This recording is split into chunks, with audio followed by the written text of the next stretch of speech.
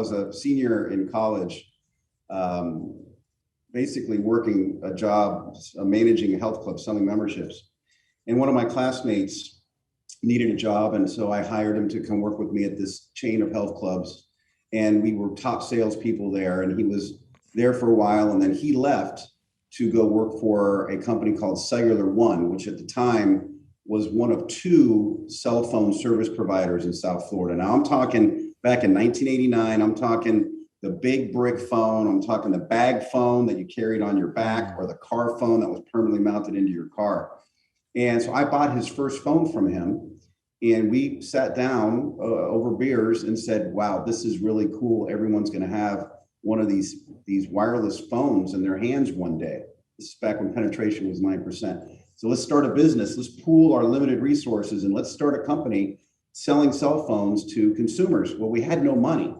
All we had was like some credit card availability on our credit card, and the ability to finance a van. So instead of getting an office, we went to the dealership and we bought this van, and we financed it for more than it was worth so that we could customize this van and put an ambulance top on it. And back then, the bigger you sounded, the bigger you were. So our name was Celco Cellular, a division of Cellular Communications Network, Inc. And our slogan was, we're mobile because you are. Well, we were mobile because we didn't have an office. That's why we were mobile.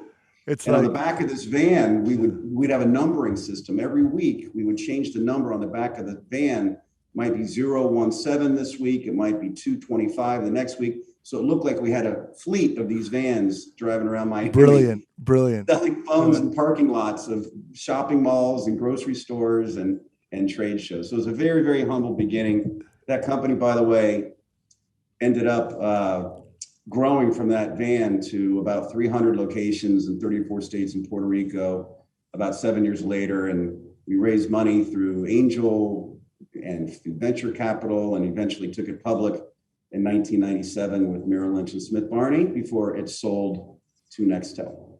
Wow. So the fun ride.